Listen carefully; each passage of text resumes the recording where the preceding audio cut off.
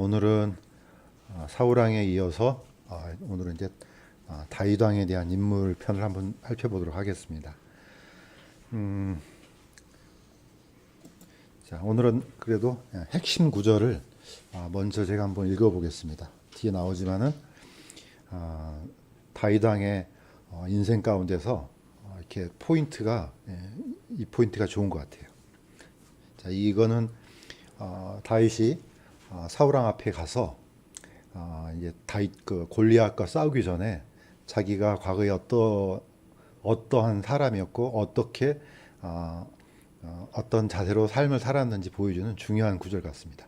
다윗이 사울에게 이르되 당신의 종이 자기 아버지의 양들을 지킬 때 사자 곰이 와서 양떼에서 어린 양을 움켜가면 내가 따라가서 그것을 치고 그것의 입에서 그것을 건져내었고 그것의 수염을 잡고 그것을 쳐서 죽였나이다.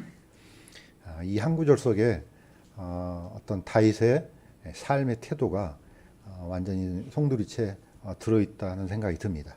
자, 그래서 우리가 이제 쭉 인물편을 살펴보았는데 도대체 우리는 이 다윗을 통해서 어떤 교훈을 얻고 또 어떤 자세를 가지고 살았고 어떻게 하나님을 섬겼는지 찾아보면서 중요한 포인트를 잡아서 우리의 삶 속에도 그러한 태도로 다윗과 같은 삶과 또 하나님을 섬기는 마음으로 살아가면은 하나님께서 다윗에게 베풀어 주신 은혜와 동일하게 우리에게도 그런 은혜가 임하지 않나 이렇게 생각이 됩니다.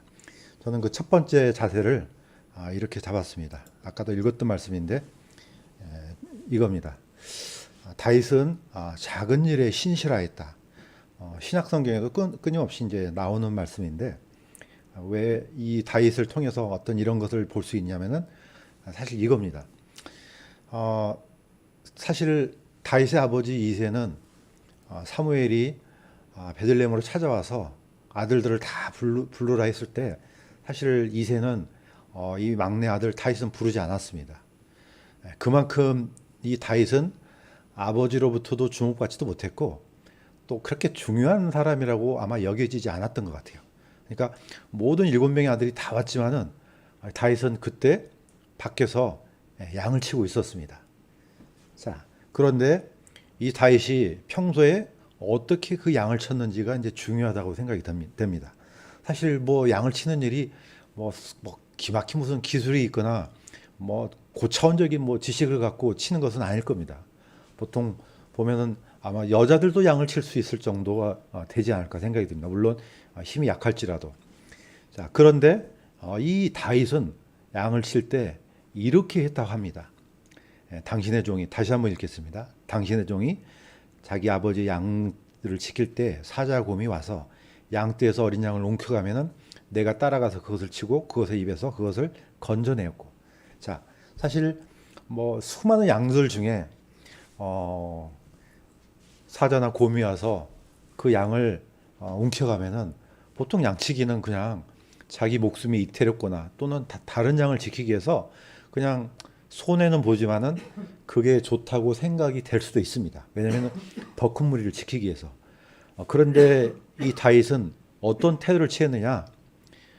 비록 한 마리 양이지만은 목숨을 걸고 가서 사자나 곰이 잡아간 그 양을 뺏어왔습니다. 사실 이거는 뭐 어떻게 보면은 뭐 그런 사람도 있겠지만은 저는 이 안에서 다윗의 태도가 어떤 태도냐? 이건 자기 양이 아니에요. 아버지 양이에요. 뭐 아버지 양 한 마리쯤 잃어버린다고 해서 아버지가 뭐라고 하시겠습니까? 이 위험한 상황에서. 그럼에도 불구하고 다윗은 자기 양이 아님에도 불구하고 목숨을 걸고 가서 자기가 맡겨진 그 일에 최선을 다했습니다. 저는 이게 다윗을 설명할 수 있는 아주 중요한 구절로 이렇게 생각이 듭니다. 자, 마태복음에도 예수님께서 이렇게 얘기하십니다. 물론 예화지만은 자, 그의 주인이 그에게 이르되 잘하였도다 선하고 신실한 종아 네가 적은 일에 신실하였은즉 내가 너를 많은 것을 다스릴 치리자로 삼으리니 너는 내 주인의 기쁨에 참여하라 하니라. 10고울, 5고울, 3고울 물론 이제 맡겨진 그 문화를 가지고 최선을 다해서 이제 자기의 맡겨진 그 돈으로 장사를 해서 이렇게 칭찬을 받는 장면입니다. 자, 그런데 이렇게 칭찬받는데 한 문화인가요? 예, 하나를 가지고 땅에다 묻어놓은 사람은 이제 칭찬받지 못했습니다. 자, 어쨌든 이런 태도가 우리의 삶 속에서도 그대로 적용되는 것이 하나님의 더 큰 은혜와 또 하나님의 복이 임하는 그런 자세라는 생각이 듭니다. 항상 우리는 판단이 우리 편에서 생각해서 저거는 별로 큰 일이 아닌데 저거 뭐 저 정도쯤이야 뭐 어떤 일이 일어나겠어? 예, 반대로 사울왕이 하나님으로서 버림받은 첫 번째 이유가 뭡니까? 항상 기준이 자기였습니다. 하나님께서는 아말렉에 속한 모든 것을 다 죽이라고 했습니다. 물론 이제 윤리적인 편에서는 우리가 그렇게까지 잔인할 필요가 있나? 예, 그건 하나님이 판단하겠다는 거죠. 예, 하나님은 보셨을 때 우리에게 도움이 되지 않는 것은 그런 판단을 내릴 수 있다는 거죠. 단지 그러면 우리는 그 하나님께서 주신 명령을 쫓아 행하기만 하면 되는데 사울왕은 자기가 봤을 때 좋고 튼튼한 것은 남기고 좀 뭐랄까 힘없고 어디 흠 있는 것은 죽였습니다. 또 아말렉도 다 죽이라 그랬는데 왕족은 살려놨습니다. 바로 그 살려놨던 사람이 나중에 이제 먼 훗날 페르시아로 가서 거꾸로 유대인들이 몰살당할 뻔한 그런 이제 계기가 되었습니다. 자, 그래서 사도 바울 또 계속해서 끊임없이 같은 걸 얘기하지만은 청지기들에게 요구되는 것은 신실한 사람으로 드러나는 것이라. 이게 청지기가 꼭 무슨 목사나 집사나 이런 뿐만이 아니고 모든 하나님에 속한 모든 사람은 다 청지기라고 봅니다. 왜냐? 우리가 맡은 시간, 우리가 맡은 돈, 또 우리가 맡은 재능, 이 모든 것들이 다 하나님께서 주셨기 때문에 우리는 어떻게 보면 우리 인생에 청지기임이 저는 분명하다고 봅니다. 자, 그 받은 달란트를 어떻게 썼고 누구를 위해서 썼고 또 어떤 기준을 가지고 삶을 살았는지는 하나님께서 분명하게 정확하게 판단하시라고 저는 생각이 듭니다. 분명히 사실 사람마다 기준은 다른다 할지라도 하나님께 속한 모든 사람들은 그런 두려움으로 하나님 앞에 서지 않나, 또 그렇게 날마다 그런 자세로 삶을 살아가려고 하지 않나 생각이 듭니다. 자, 그래서 저는 이게 뭐 완벽할 수는 없지만은 이런 자세를 가지고 살아간다면 분명히 하나님께서 더 큰 복으로 채워줄 줄로 믿습니다. 자, 두 번째는 다윗왕을 통해서 볼 수 있는 것은 어차피 이게 옛날 성경 하면서 사무엘하 하면서 한번 했는데 더 이상의 뭡니까 다른 것을 가져올 수가 없었습니다. 그래서 다시 한번 반복합니다. 다윗은 다른 누구보다도 이 거룩한 질투를 갖고 있었습니다. 이미 언급했지만은 질투라는 단어는 하나이지만은 이 속성은 두 가지입니다. 하나는 정당한 질투가 있고 하나는 부당한 질투가 있습니다. 다윗은 바로 정당한 질투, 거룩한 질투, 하나님을 향해서 열심을 내는 그런 질투를 가지고 있었습니다. 그 옛날 모든 선지자들은, 대언자들은, 하나님께 속한 모든 사람들은 사실 이런 감정이 있습니다. 이런 감정이 있기 때문에 어떻게든지 하나님을 잘 섬기려고 그러고 또 우리 하나님의 이름이 모욕을 받는다 그러면 우리 속에서 이제 분노가 일어나잖아요. 다른 누구보다도 다윗은 그런 감정을 갖고 있었습니다. 자, 어느 때 그랬습니까? 골리앗과 싸울 때. 자, 골리앗이 엘라골작 반대편에서 막 이스라엘 백성들을 향해서 모독을 했습니다. 하나님도 욕하고 했습니다. 자, 모두 같은 마음을 품었지만은 어느 누구도 감히 가서 그 앞에 가서 맞서지를 못했습니다. 왜냐? 목숨이 두렵거든요. 자, 이때 다윗은 아버지 심부름 차 이 전쟁터에 나가서 이렇게 얘기를 합니다. 이날 주께서 너를 내 손에 넘겨주시리니 이스라엘에 하나님이 계신 줄을 온 땅이 알게 하겠고 또 주께서 칼이나 창으로 구원하지 아니하심을 이 모인 온 무리가 알게 하리라. 사실 다윗은 전사가 아닙니다. 이때는 군인도 아니에요. 굳이 나가서 뭐 싸울 필요도 없죠. 싸우는 사람들은 다 정해졌거든요. 근데 다윗이 이 소리를 듣자 도저히 참을 수가 없었습니다. 자, 이거는 그대로 레위기에 했던 말씀하고 똑같습니다. 하나님께서는 이렇게 명령하셨습니다. 주의 이름을 모독하는 자는 반드시 죽일지니 온 회중이 반드시 돌로 그를 칠지니라. 타국인이든 그 땅에 태어난 자든 주의 이름을 모독하면 그를 죽일지니라. 굉장히 좀 무서운 말이잖아요. 사실 어떻게 보면 이 세상이 지금 현재 율법 시대로 회귀해서 하나님의 법이 온 세상에 통치하는 그런 기준이라면은 살아남을 수가 없습니다. 어? 누가 감히 하나님의 이름을 모독하겠습니까? 요즘에 얼마나 그 인터넷 그 창에 보면 댓글 보면 이런 것들 많이 달립니까? 그냥 거의 뭐 하나님이 뭐 자기 친구보다 못한 존재로 막 이렇게 모독을 하는 장면이 있습니다. 물론 우리 믿는 사람들은 그걸 보고 분노가 나지만은 뭐 어떻게 할 방법이 없습니다. 자, 이러한 감정을 거룩한 질투라고 이렇게 표현을 합니다. 자, 하나님께서 분명히 이렇게 했습니다. 너는 다른 신에게 경배하지 말라. 주는 질투하는 하나님이라. 왜냐? 이거는 정당한 하나님의 것이기 때문에 그렇습니다. 하나님이 주권자요. 하나님이 이 세상을 만드셨고 모든 만물의 주인인데 주인 말고 다른 신을 섬겨요. 이거는 하나님의 분노를 불러일으키는 아주 악한 일이라는 겁니다. 자, 이사야서도 보면은 이렇게 돼 있습니다. 지난번에도 했지만 다시 한번 반복합니다. 나는 내 영광을 다른 자에게 주지 아니하며 내 찬양을 새긴 형상들에게 주지 아니하리라. 하나님께서 분명히 선언하신 겁니다.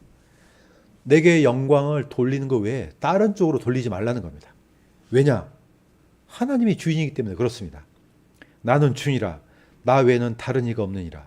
나는 빛도 짓고 어둠도 창조하며 평안도 만들고 재앙도 창조하나니 나 주가 이 모든 일을 행하느니라. 이 모든 주권자는 하나님이라는 겁니다. 그러니까 결코 이 주권에 대한 영광을 다른 쪽으로 돌리는 거, 이거는 분명히 하나님으로부터 심판이 있다는 것이 분명하게 선언되어 있습니다. 자, 이걸 잘 알고 있는 다윗은 그러한 마음을 갖고 있었습니다. 감히 하나님의 이름을 모독하고 하나님을 섬기는 백성들을 모독하고 이거는 참을 수가 없습니다. 자, 비록 군사가 아니었지만은 다윗은 목숨을 걸고 그대로 전장에 나갑니다. 아무도 맞서지 않은데 나가겠다 하니까 어떻게 해요? 사울왕이 믿지야 본전 아니겠습니까? 뭐 어떻게 잘하다가 죽이면 죽고 뭐 안 그래도 뭐 어쩔 수 없는 일이고 사울왕은 뭐 이래도 괜찮고 저래도 괜찮습니다. 하도 이제 그 용기가 하상하니까 자기 갑옷을 입혀서 이제 보내려고 했습니다. 그랬더니 갑옷이 너무 크잖아요. 사울왕이 보통 사람 아니잖아요. 보통 사람이 머리가 하나 더 올라가는데 그 갑옷이 맞겠습니까? 이게 이제 다윗이 입어보니까 안 되는 거예요. 그래서 모든 걸 다 벗고 물맷돌 5개를 가지고 드디어 이제 골리앗과 맞섭니다. 한 번에 이제 죽이긴 하지만은 어쨌든 뭐 왜 5개를 모았는지는 모르겠지만은 다윗은 그 하나님의 만군의 주 여호와의 이름으로 가서 이 골리앗을 물리칩니다. 자, 이게 가지고 있는 다윗의 거룩한 질투라는 겁니다. 자, 어떻게 보면 사도들도 마찬가지입니다. 그 12명의 사도가 있었지만은 딱 저는 이 사도 베드로를 보니까 다른 어떤 사도보다 이게 강한 것 같아요. 그러니까 어떻게 보면 가장 많이 주목을 받고 또 어떻게 보면은 반대로 가장 많은 실수를 저질렀지 않나 생각이 듭니다. 그래도 우리 보통 사람들이 봤을 때는 사도 베드로가 가장 우리하고 좀 약간 근접하지 않나 생각이 듭니다. 물론 실수한 면에는 그렇지만은 누구보다도 강하게 이 하나님을 섬기고 예수님을 따르려고 했던 그 사도의 감성이 우리는 충분히 이렇게 좀 겹치는 것 같습니다. 자, 다윗은 이러한 감정과 이러한 자세를 갖고 있었습니다. 자, 그러니까 하나님께서 이 다윗을 통해서 우리에게 어떤 끊임없이 많은 얘기를 성경 안에서 기록하지 않았나 생각이 듭니다. 자, 세 번째는 다윗은 약간 특이합니다. 뭐 물론 이제 왕이라 그러면은 그냥 이제 사울왕 빼놓고는 그 후로부터는 계속 왕이 계승되잖아요. 다윗 왕 이후로는 이제 솔로몬이 되고, 뭐 솔로몬이 위대한 왕이지만은 다윗 왕처럼 이런 고생을 하지 않았습니다. 그런데 다윗은 모든 고난을 이겨낸 후에 왕이 됩니다. 아주 특별한 케이스죠. 자, 이 왕이 거의 시편의 절반을 씁니다. 자, 왜 시편의 절반을 가량을 씁니까? 사실 이 시편은 거의 다윗의 시라고 해도 이게 손색이 없을 정도로 많습니다. 왜냐하면 하도 많은 고생을 했기 때문에 고생할 때마다 쫓길 때마다 또 하나님께 의뢰할 때마다 이런 자기의 시를 이제 쓰는 것이 어떤 다윗의 어떻게 보면 그런 역할도 되었던 것 같습니다. 자, 다윗의 고난을 보지만은 뭐 여러 가지 있겠지만은 다윗은 심지어 이제 이런 일까지 있었습니다. 하도 쫓기니까 이 이스라엘 땅에서는 버틸 수가 없습니다. 나중에는 어디까지 갑니까? 국경을 넘어서 이제 블레셋까지 가죠. 자, 갔더니 이제 다윗을 알아봤던 이 그 블레셋 신하들이, 아니 이 사람은 그때 그 옛날 사울왕은 천천히요 만만을 죽인 자는 다윗이라고 하던 사람이 아닙니까? 그러니까 자기를 알아보니까 어떻습니까? 다윗이 그 가두왕 앞에서 힘이 두려워해가지고 갑자기 그냥 미친 채 합니다. 예, 목숨이 경각에 갈리니까 어떻습니까? 그냥 침을 질질 흘리고 갑자기 그냥 미친 사람처럼 그냥 문에다 갈겨 쓰고.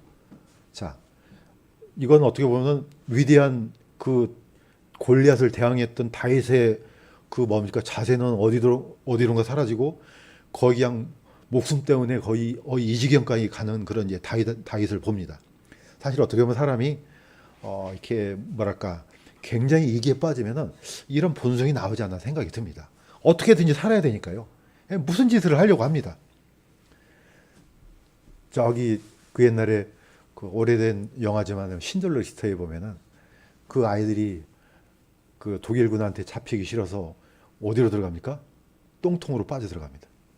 예, 목숨이 위태로우니까 그 더러운 똥통에 들어가고 숨으려고 했더니 그 뭡니까? 그 아이가 들어간 똥통에 보니까 수많은 아이들이 같이 있어요. 야, 그래. 이럴 수가 있겠구나. 우리 앞에 갑자기 목숨이 위태로우면은 어딘들 못 가겠느냐. 이런 생각이 듭니다. 자, 시편 22편을 제가 한번 읽겠습니다. 나의 하나님이여, 나의 하나님이여, 어찌하여 나를 버리셨나이까? 나는 물같이 쏟아졌고 내 모든 뼈는 어그러졌으며 내 심장은 밀초같이 되어 내장 한가운데서 녹았나이다. 그러나 오 주여, 주는 나를 멀리하지 마옵소서.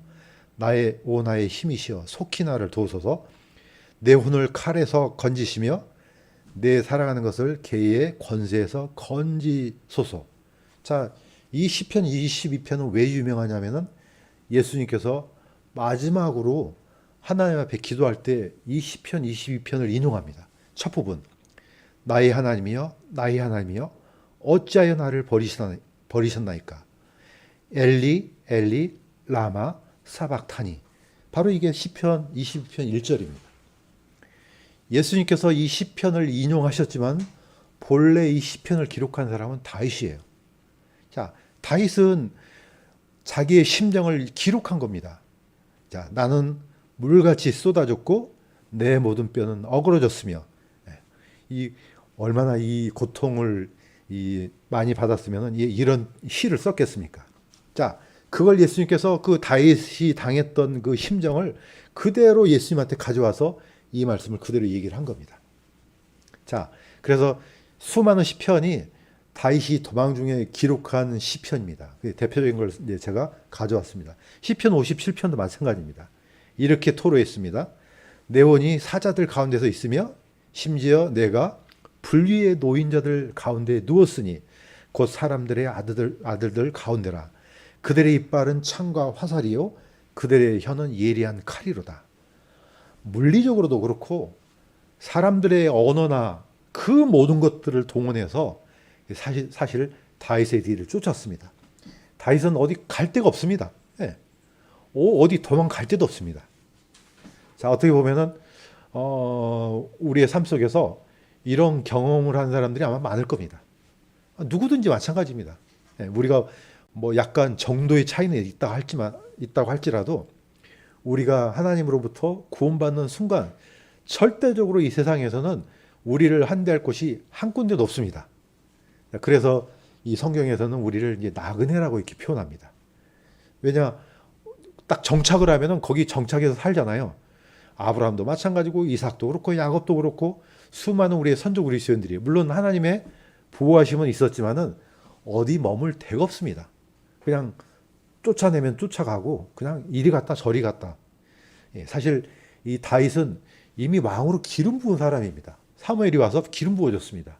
그때 하나님의 영이 임했다고 나옵니다. 성령 받은 사람이에요. 자, 근데 그 순간부터 거의 10년 동안 이런 도피 생활을 합니다. 자, 나중에 이 모든 일을 다 겪고 난 후에 어떻게 됩니까? 드디어 다윗이 왕이 됩니다. 우리가 이제 마지막 장면도 기억이 납니다. 마지막 이리 쫓기고 저리 쫓기고 하다가 나중에 마지막에는 시글락이라는 동네까지 옵니다. 그런데 그 시글락이라는 동네에 블레셋이 그 누굽니까? 그 누구죠? 시글락 블레셋이 아니고 아말렉 족속이 와가지고 전부 다 그냥 사거리 다 잡아갑니다. 자, 그러니까 다윗과 함께 있던 사람들이 오히려 어떻습니까? 아니, 쫓아가서 잡을 생각을 안 하고 그냥 다윗을 죽이려고 했습니다. 하도 분노가 치미니까 돌을 들어가지고 다윗을 죽이려고 했습니다. 자, 그런데 다윗은 그런 위급한 상황에서도 하나님께 기도했습니다. 내가 쫓아갈까요, 말까요? 쫓아가라. 예, 드디어 그래서 다 다시 포로로 잡혀갔던 그런 식구들을 다 이제 되찾아오지 않습니까? 이게 이제 어떻게 보면은 다윗 왕이 서서히 힘을 회복하는 그런 어떤 전환점이 되었습니다. 그래서 때로는 우리가 위기 상황에 빠졌을 때 하나님께 기도하면은 하나님께서 그때 우리를 건져 주실 줄로 저는 믿습니다. 가끔 하나님은 우리가 그런 상황이 되기를 기다리는 것 같아요. 꼭 무슨 전술 같습니까? 벼랑 끝 전술. 거의 목숨이 죽어갈 때 그때 물 한 모금 주는 그런 형국인 것 같습니다. 자, 다윗의 이단점은 우리가 뭐 여러 가지 말을 다 할 수 있지만은 다윗은 이런 분이었습니다. 다윗은 신실한 예배자였습니다. 다윗에게는 다른 왕들한테는 없는 이 엄청난 어떻게 보면 이 감성이 쓰는데 다윗이 뭘로도 유명합니까? 그 옛날에 있던 그 이리저리 옮겨 다녔던 그 법궤를 예루살렘 안으로 들어오게 했던 왕이 다윗 왕입니다. 또 다윗 왕은 예배의 모든 시스템을 만들고 그 다음에 예배를 위해서 각종 악기를 만든 사람입니다. 또 본인 스스로가 뭡니까? 연주자였습니다. 그러니까 다윗한테는 뭐 모든 게 다 따라다닙니다. 다윗은 용감한 용사요, 또 양치기요, 시인이요, 연주자요, 뭐 다 붙습니다. 그 중에 무엇보다도 다윗을 향해서 우리가 붙일 수 있는 것은 다윗은 신실한 예배자였다. 자, 이 다윗이 얼마나 하나님 앞에서 자신의 감정을 드러내놓고 하나님을 사랑했는지 이곳에서도 알 수가 있습니다.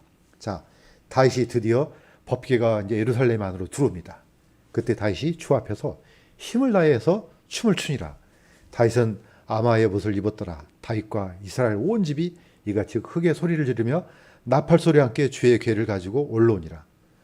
자, 우리는 보통 왕이 채통이 있잖아요. 그러니까 근엄해야죠. 그런데 다윗은 다 잊어먹습니다. 자, 얼마나 또 이걸로 또 오해해가지고 이거 뭐 다윗도 이렇게 했는데 막 우리도 교회에서 춤추자 그러면 이거 안 됩니다. 그때 상황이 그렇다는 거죠. 자, 다윗은 하나님 앞에 감추지 않았습니다. 온 힘을 다해서 주께서 주신 이 놀라운 광경을 이렇게 주님께 영광을 돌렸습니다. 자, 그런데 여기에 브레이크를 건 여인이 있었죠. 미갈이. 미갈이 딱 보니까 아니 왕이 채통머리 없이 그게 뭐냐고 이렇게 한마디 했겠죠. 미갈은 죽을 때까지 아이가 생기지 않았습니다. 자, 뭐 그 결과야 아마 주님께서 아시겠지만은, 자, 그 다음에 다윗이 이렇게 얘기합니다. 다윗이 말하기를 찬양하려고 내가 만든 악기들로 4,000명이 주를 찬양하였나이다 하였더라. 다윗이 그들을 레위 아들들 곧 게르손과 고압과 무라리 가운데서 여러 계열로 나누었더라. 자, 다윗은 그냥 이렇게 악기만 만드는 것이 아니고 아주 정확하게 질서 있게 하나님께 예배드리기 위해서 레이지파 사람들을 이렇게 네 군데를 나눠서 한 사람도 빠짐없이 어느 누구도 빠짐없이 이 예배가 어긋나지 않도록 이런 시스템을 만들어냈습니다. 다윗 왕은 정말 위대한 왕이죠. 어떻게 보면은 이 모든 시스템, 어떻게 보면은 이 찬양대 모든 걸 다 만들어낸 겁니다. 자, 그러면서 시편을 이렇게 기르겠습니다.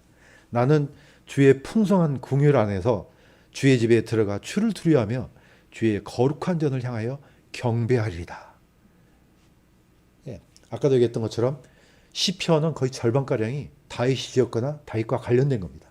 자, 찬양하면서도 짓고 쫓기면서도 짓고 양치기 할 때도 짓고 또 심지어 죄를 지었을 때도 짓고 수많은 이 시편을 지었습니다. 다시 한번 반복하지만은 시편은 이런 성경책이 아닙니다. 찬양을 위해서 만들어진 어떻게 보면 가사입니다. 그러니까 늘 찬양하면서 이 곡을 붙여서 부르게끔 한 게 바로 시편입니다. 그러니까 사실 어떻게 보면 이제 그 원어 성경을 보면은 시편이 여백이 가장 많습니다. 다른 글자들은 빽빽하게 다 기록되지만은 시편은 시이기 때문에 듬성듬성하게 양쪽이 다 비어 있습니다. 그러니까 굉장히 분량이 많다는 거죠. 자, 다른 말로 하면은 찬양을 하기 위해서 이 곡조를 붙이기 위해서 만든 가사라고 이해하면 됩니다. 자, 다섯 번째는 다윗 왕한테는 없는, 다른 왕한테는 없는, 어떻게 보면 아이러니컬하지만은 다윗의 이단점은 어떻게 보면 이거라는 생각이 듭니다. 다윗은 자신의 죄를, 자신의 잘못을 인정하고 회개하는 왕이었습니다. 이게 도드라지게 사울 왕과 정반대로 비교가 됩니다. 사울 왕은 자기가 중심입니다. 그래서 자기에게 어떤 위협이 됐다 그러면은 가차 없습니다. 심지어 하나님도 두려워하지 않습니다. 왜 그렇습니까? 하나님을 가장 가까이 섬겼던 레이지파 제사장 85명을 다 죽여 없애버렸습니다. 이 사람한테는 두려움이 없는 겁니다. 자, 우리는 이 장면을 잘 알고 있습니다. 자, 다윗이 어떻습니까? 나중에 이제 왕이 되어서 약간 좀 안정적인 그런 이제 왕권이 되었습니다. 자, 그래서 이제 전장에는 부하들을 내보내고 요압 장군한테 보내고 자기는 이제 예루살렘에 있었습니다. 자, 이때 평안한 가운데 이제 백성들이 어떻게 잘 살고 있는가 살피려고 봤더니 눈에 딱 뭐가 들어옵니까? 하필이면 그때 우리아의 아내 밧세바가 눈에 들어온 겁니다. 자, 이때 다윗이 하지 말아야 될 그런 일을 저지릅니다. 자, 밧세바하고 간음했습니다. 자, 나중에 이제 이 우리아 아내 밧세바가 임신했다는 소식을 전합니다. 어떻습니까? 다윗이 덜컥 겁이 났습니다. 그래서 자기가 저질렀던 죄를 덮기 위해서 누구를 불러옵니까? 이 우리아를 전장에서 불러옵니다. 자, 불러와서 자, 너희 집에 가서 이제 하루 저녁을 보내라고 이제 보냅니다. 그런데 우리아가 간 줄 알았더니 어디서 삽니까? 아니 밖에 예루살렘 밖에 있는 뭡니까 사병들이 자고 있는 그 막상에서 잠을 잤네. 극도로 화를 냅니다. 다윗이. 아니 내가 집에 가서 자라 그랬지 않느냐. 그랬더니 다윗이 우리아가 이렇게 얘기합니다. 자, 우리아가 다윗에게 이르되 개와 이스라엘과 유다가 장막에서 머물고 또 내 주 여호와과 내 주 종들이 빈들에서 진을 치고 있거늘 내가 내 집으로 가서 먹고 마시고 내 아내와 함께 누우리까 왕께서 살아계신과 왕의 혼이 살아있음을 두고 맹세하거니와 내가 이를 행하지 아니하겠나이다. 자, 저는 이 짤막하게 나오지만은 이 우리아가 어떤 사람인지 저는 이 말 속에 다 들어있다고 봅니다. 저는 이 진짜 군인 같아요. 오늘날로 말하면은 거의 이거는 최고인 것 같아요. 자, 그래서 저는 이 사람이 어떤 분인가 저는 궁금해졌습니다. 그래서 저는 물론 이제 나중에 우리가 부활해서 이제 만날 수 있겠지만은 아주 만나고 싶은 사람의 1순위입니다. 자, 빈들에서 진을 치고 있는데 내가 내 집에 가서 먹고 마시고 자겠습니까? 절대 그렇게 하지 않겠다 그럽니다. 자, 다윗이 이게 안 통합니다. 나중에 궁으로 불러드립니다. 뭐합니까? 우리한테 술을 먹입니다. 포도주를 잔뜩 먹여요. 드디어 이제 우리아가 취했습니다. 그러니까 우리아가 밖으로 나가니까 우리아를 따라서 상이 뒤따라 나갑니다.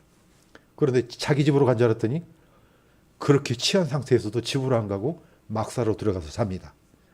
그래서 다윗이 어쩔 수 없이 이제 우리아를 가장 최전방에 보내고 이제 요압한테 이제 그 편지를 써서 우리아한테 보냅니다. 우리아는 충성스러운 부자이기 때문에 그 편지를 갖고 갑니다. 나중에 어떻습니까? 우리아가 죽습니다. 자, 어떻게 보면은 이 장면 속에 이 다윗의 양심을 깨울 수 있는 엄청난 발언이거든요. 그런데 우리아가 했던 이 발언이 다윗은 무서우리만큼 무감각합니다. 나중에 하나님께서 나단을 보냅니다. 쭉 얘기하면서 예화를 듭니다. 한 마을에 두 사람이 살았는데 한 사람 부자고 한 사람 가난한 사람이에요. 그 부자한테는 수많은 가축들이 있고 이 가난한 사람은 딱 암양 한 마리밖에 없었다. 그런데 이 부자가 얼마나 욕심쟁이였는지 자기 건 놔두고 그 애지중지한 그 암양 한 마리를 뺏어가지고 대접을 했다는 겁니다. 자, 이 소리를 듣고 다윗 왕이 그런 놈은 반드시 죽어야 된다. 그때는 아마 깨어난 것 같아요. 그런 흉악한 놈이 어디 있냐. 그렇겠죠. 나단이 이야기합니다. 당신이 바로 그 사람이라고 해요. 그때 화들짝 자기 양심이 깨져버립니다. 자, 이때 보인 반응이 저는 다윗의 삶 속에서 가장 위대한 왕이라고 이렇게 보입니다. 뭐라고 얘기했습니까? 내가 주께 죄를 치었노라. 사람은요, 이 어떤 본능 같아요. 어떤 자신의 잘못을 지적하거나 어떤 자신의 양심을 찌를 때 본능적으로 감춥니다. 모든 사람이 똑같습니다. 이게 진실하냐, 진실하지 않냐 했을 때 사람은 본능적으로 감춰버립니다. 저도 마찬가지고 모든 사람이 그렇지 않겠습니까? 그런데 다윗왕은 자기 양심을 정확하게 비출 때 내가 주께 죄를 치었노라 이렇게 고백합니다. 이거는 사울왕과 완전히 정반대되는 겁니다. 저는 모든 사람들이 이런 다윗왕과 같은 이런 심성을 지니기를 주님으로 간구드립니다. 그러면 분명히 하나님께서 용서하십니다. 용서하셨어요. 네. 죽을 죄를 저질렀지만 얼마나 사악합니까? 그럼에도 불구하고 하나님께서 용서해 주셨습니다. 바로 그게 뒤따라오는 시편입니다. 내가 신음함으로 피곤하며 밤새도록, 오자가 났습니다. 밤새도록 내 잠자를 띄우고 눈물로 내 침상을 적시나이다. 자, 다윗 왕의 어떻게 보면 삶 속에서 가장 깊은 그늘이라고 저는 봅니다. 가장 깊은 어둠입니다. 자기의 우월함과 자기의 자존심과 자기의 뛰어난 것을 그게 무너지면 안 되거든요. 그러니까 누구한테 뒤지고 씌웁니까? 우리 자기의 잘못을 어떻게든지 감춰야 되기 때문에 다른 사람이 죽거나 말거나 상관없습니다. 그 사람한테 모든 걸 다 뒤집어 씌웁니다. 하나님은 그 양심을 꿰뚫어 오십니다. 어떻게 피합니까? 어느 누구도 피할 수 없습니다. 하나님은 정확하게 아십니다. 저도 이런 하나님이 너무나 두렵습니다. 혹시라도 내가 기억하지 못했거나 혹시라도 내가 잘못 알고 있거나 또는 나는 이게 절대적으로 옳다고 생각했는데 하나님은 여지없이 그걸 열어버립니다. 이때 우리는 주저없이 다윗 왕처럼 내가 주께 범죄하였나이다. 이거 한마디면 끝납니다. 근데 이게 그렇게 하기가 어렵다는 겁니다. 자, 저는 그래서 정말로 다윗 왕이 훌륭하다. 저는 이걸로 탑으로 꼽겠습니다. 자, 이제는 거의 이제 마지막입니다. 다윗은 그리스도를 주님으로 고백한 왕이었습니다. 저는 하나님께서 예수님께서 이 다윗 왕을 이렇게 온전하게 드러내신 적이 저는 없다고 봅니다. 자, 구약 성경에 보면은 우리가 잘 알고 있습니다. 아브라함과 그 다음에 모세와 다윗 왕은 이스라엘의 3대 아버지하고 비슷합니다. 왜냐하면 아브라함은 민족의 시조입니다. 모세는 법을 가지고 온 사람이에요. 자, 다윗 왕은 위대한 이스라엘 역사에 어떻게 보면은 거의 어떻게 보면은 그 머리와 같은 왕입니다. 그러니까 모든 사람들이 다윗의 후손이라고 얘기를 합니다. 자, 그런데 하나님께서 아브라함이 어떤 신앙을 가졌는지 보여주셔요. 구약 성경을 보면은 아브라함이 예수님을 믿었다는 말이 어디 있어요? 없습니다.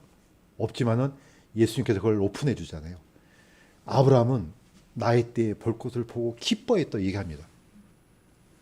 이거는 예수님께서 알려주시니까 우리가 아는 거예요. 아, 그때 아브라함이 자기 아들 이삭을 드렸을 때 거의 죽이려고 했을 때 하나님께서 멈추게 합니다. 그때 이삭 대신에 이 순양 한 마리를 숯불에서 걸리게 해서 그걸 대신해서 이제 이삭 대신에 이제 건지잖아요. 아브라함은 그 순양 때문에 아들 이삭을 건짐 받게 합니다. 누구겠습니까? 그 순양이 뭐 훗날 예수 그리스도입니다. 자, 아브라함이 이걸 깨달았다는 겁니다. 먼 훗날 메시아 하나님의 아들이 와서 이렇게 우리를 구원하겠구나. 너무 기쁜 거죠. 자, 예수님은 아브라함이 나이 때에 볼 것을 보고 기뻐했다 얘기합니다. 자, 바리새인들이 이걸 이해를 합니까? 당연히 이해를 못하죠. 아니 네가 50도 안 됐는데 네가 아브라함을 봤느냐? 예수님이 말씀하셨습니다. 나는 아브라함 전에도 있느니라. 이해가 안 되죠. 어떻게 아브라함 전에 있을 수가 있어요. 자, 어쨌든 믿거나 말거나 예수님은 그렇게 얘기를 하셨습니다. 자, 두 번째는 모세입니다. 모세가 언제 구약 성경에 예수님을 믿었단 말이 있습니까? 그런 말 없습니다. 그런데 누가 오픈해 줍니까? 신약 성경이 오픈해 줍니다. 어떻게 해요? 모세는 그리스도의 치욕을 애굽의 보화보다 더 나은 제물로 여겼다. 이렇게 얘기를 합니다. 자, 이미 모압 평양 안에서 뭔가 신명기에 보면은 하나님께서 너와 같은 대언자를 보낸다고 약속했잖아요. 이미 언젠가 메시아가 오겠구나 생각을 했겠죠. 또 그분이 이런 치욕스러운 삶을 살겠구나 하는 것을 미리 알았습니다. 구약에는 안 돼 있지만은 이미 아브라함과 모세가 예수님을 믿었다는 것을 이미 신약을 통해서 알 수가 있습니다. 자, 다윗은 더 중요합니다. 예수님께서 바리새인들이 모였을 때, 제가 읽겠습니다. 바리새인들이 함께 모여 있을 때 예수님께서 그들에게 물어 이르시되 너희는 그리스도에 대해서 어떻게 생각하느냐? 그가 누구의 자손이냐 하시매 그들이 그분께 이르되 다윗의 자손이라 하니 그분께서 그들에게 이르시되 그러면 어찌 다윗이 영안에서 그를 주라 부르며 이르되 주께서 내 주께 말씀하시기를 내가 내 원수들을 내 발받침으로 삼을 때까지 너는 내 오른편에 앉아 있으라 하셨도다 하느냐. 이거는 제가 신약 성경에서 발견한 가장 중요한 구절이라고 생각됩니다. 마태복음 22장 41절에서 44절은요. 이 구절이 어떤 구절입니까? 다윗이 기록한 시편 110편을 인용한 겁니다. 예수님께서 인용하시면서 물었습니다. 야, 그렇다면은 메시아가 누구냐를 그리스도 메시아입니다. 어떻게 생각하느냐? 누구의 자손이냐니까 알고 있습니다. 다윗의 자손이죠? 자, 이 말을 하니까 예수님께서 그러면 어찌해서 다윗이 영안에서 그를 주라 부르며 주께서 쭉 하면서 이제 자, 구약 성경에 있는 시편 110편을 보시면은 제가 어쩔 수 없이 개역 성경을 인용했습니다. 왜냐하면 이건 뚜렷하게 구별됩니다. 여호와께서 내 주에게 말씀하시기를 내가 내 원수들로 내 발판이 되게 하기까지 너는 내 오른편에 앉아 있으라 하셨도다. 이거는 앞에 있는 이 글자는 요하입니다. 그런데 요하로 읽지 않지만 어쨌든 기록은 그렇게 되어 있습니다. 내 주는 아도니라 해서 내 주로 되어 있습니다. 자, 다윗이 이걸 기록했습니다. 어떻게 해요? 성령의 감동으로 기록한 거죠. 기록했기 때문에 예수님이 물어본 거예요. 자, 그러면은 아버지 하나님 앞에서 내 주는 두 번째 주는 그리스도입니다. 그 그리스도를 왜 주라고 했냐 이겁니다. 그러니까 꿀먹은 벙어리예요. 이거는 굉장히 중요한 구절이죠. 왜냐? 사실은 우리 지금 영어 성경에는 이게 영어로 돼 있지만요. 사실 헬라어 성경에는 구별이 안 됩니다. 왜 구별이 안 되냐? 아예 대문자 사본 자체가 사도시대는 대문자 사본만 있었어요. 그러니까 이게 영인지 성령인지 구별이 안 됩니다. 그러면 우리는 묵상을 해야 됩니다. 어떤 해석이 바로 바른 건가? 저는 이게 영보다는 성령으로 해야 되지 않나 생각이 들어요. 왜냐? 다윗이 영으로 하면은 자기 영도 되거든요. 범위가 넓어지죠. 그런데 성령 안에서 하면은요, 범위가 확 좁아지고 구체적이 됩니다. 이 말씀 안에 삼위일체 하나님이 다 나옵니다. 첫 번째, 아버지 하나님 나오죠. 두 번째, 그리스도 나오죠. 세 번째, 성령 나옵니다. 마태복음 22장 41절에서 44절에는요, 이 세 분이 한꺼번에 다 나옵니다. 자, 다윗은 시편을 기록했을 때 자기가 마음대로 기록한 거 아니잖아요. 성령을 통해서 기록했죠. 그러니까 이 고백은 성령께서 증명하는 거죠. 그러니까 예수님께서는 이 구절을 가져온 겁니다. 가져와서 자, 앞에도 주요, 뒤에도 주요. 동일한 주입니다. 삼위일체의 핵심은 뭡니까? 다른 게 전혀 이게 헷갈리게 할 필요 없습니다. 첫째, 아버지 하나님도 하나님이에요. 아들 하나님, 그리스도 하나님이에요. 성령도 하나님이에요. 이게 삼일체입니다. 이 세 분이 정확하게 하나님이 되셔야만이 그 모든 증거, 모든 속죄, 모든 계획이 퍼펙트해지는 겁니다. 자, 다윗은 어떻습니까? 성령을 받은 사람이에요. 이미 기름 부음 받을 때 성령을 받았어요. 성령을 받고 이 시편을 기록했죠. 당연히 성령 안에서 이걸 기록했죠. 그 다음에 다윗은 당연히 아버지 하나님 주로 모셨죠. 그런데 그리스도를 향해서도 주라고 고백했습니다. 완벽합니다. 그런데 문제가 생깁니다. 누구랑요? 바리새인들하고. 바리새인들은 이 그리스도를 주로 고백하지 않았다는 겁니다. 다시 말해서 우리 교회는 혈통적으로는 다윗하고는 아무 관련이 없습니다. 우리가 무슨 유대인입니까? 아닙니다. 그럼에도 뭐가 동일합니까? 신앙이 동일하다는 겁니다. 다윗이 고백했던 그 주님이나 지금 우리가 고백했던 주님이나 똑같은 주님이다. 다시 말해서 하나님 안에 같은 신앙입니다. 그래서 구약에 있는 삼일체 교리나 신약에 있는 삼일체 교리나 다르면 안 된다는 겁니다.